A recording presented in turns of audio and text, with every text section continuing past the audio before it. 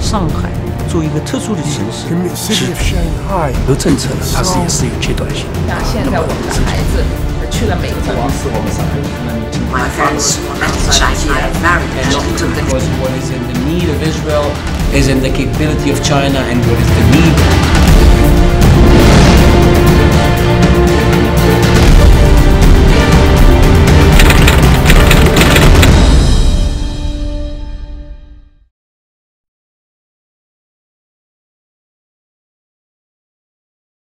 Have you met any Jewish survivors or the family members who came to China during World War II? Yeah, I have met them. Actually, there was quite a lot of them who come and go to China, to Shanghai. We had a celebration just about less than a year ago to inaugurate the wall in the Jewish Museum in Hongkou. And one of the survivors who helped with the building of the wall and the collecting the names of the survivor were here, gave a speech. So there are quite many of them who are coming. We have to remember many of them are old, many of them are not alive anymore, but their kids, some of them were born in Shanghai, are still alive, and many of them, or quite a large number of them, come and go to Shanghai.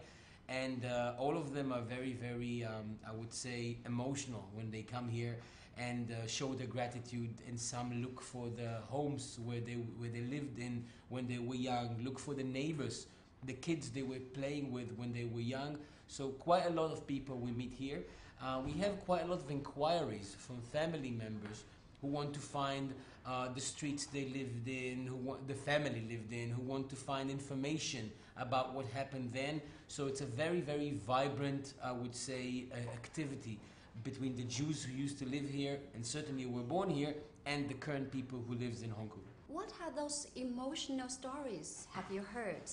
The story of the lady that gave a speech in the inauguration of the wall, and the way that she was brought up here and the way that she played with her friends here. It's not a specific issue, it's not something that happened, it's the emotion of living together side by side with their Chinese friends, with their Chinese partner in times that were hard for the Jews and for the Chinese. That time was hard for everybody. And sharing the good with the bad, sharing the happiness with the sorrow. I think that's the emotional thing, the friendship and the camaraderie between the two people in these times where everybody suffered. So I think suffering together, as well as being happy together, that's what brings people together in the end of the day. And this is what happened then here in Shanghai. It was one of the only places in the world where Jews can find shelter, where Jews can save their lives. About 20,000 people chose to do so. And when they came here, it was a hard time for everybody. But everybody shared everything and they lived side by side. And I think this is the emotional thing. It wasn't a specific event that I remember. It's the feeling that everybody gave of the friendship that was here during this time. We noticed that you initiated an activity last September to look for those survivors. Can you tell us more about that? First of all, in the Jewish Museum in Hongkou, there is a name list of everybody that the museum can collect, of families that were here, lived in Hongkou, lived in Tilancio. So there's quite a big database there that can assist people to find what they're looking for. Together with the museum, we assist people who approach us to try and find everything, because, you know, people, as they get older, or even not when they're older, wants to find their origin, wants to find things from their past. So us, and mainly the Jewish Museum in Hongkou, we're trying to assist those people with a database, with inquiries, with everything that we can. A lot of people talk to the consulate, a lot of people directly approach the museum. It's very effective. It's very effective because it's actually a place, a database, where you can find almost whatever you want. Some streets exist, some streets do not exist, some streets change their names, some houses are still there, some houses are not there. But in general, it gives you the information that allows those people to try and search for what happened here, either when they were here or when their parents were here, to try and search as maximum information as possible. In Israel, I can tell you that the government, the Prime Minister, us, we are very focused and very aware of the story. Also, the Consul General of China, who gave the certificates in Vienna, was declared righteous among nations by Yad Vashem, by the Israeli Holocaust Museum in Jerusalem. So Israel is aware, and the Jewish people are aware of it. And as the Prime Minister of Israel said in his visit here, in all his speeches, the Jewish people will always be grateful for Chinese, for Shanghainese, for Shanghai, for what was done here during World War II. Certainly, what you do and what we do, a program like this, is good because it expands the knowledge of people, and more people will know about it, and it's very, very important. But people, certainly in Israel and within the Jewish people, knows about what happened in Shanghai during World War II. To the Chinese people, I would say "xie xie." I would say always "thank you." In every speech I say "thank you," because, you know, being friends when everything is good, it's quite easy.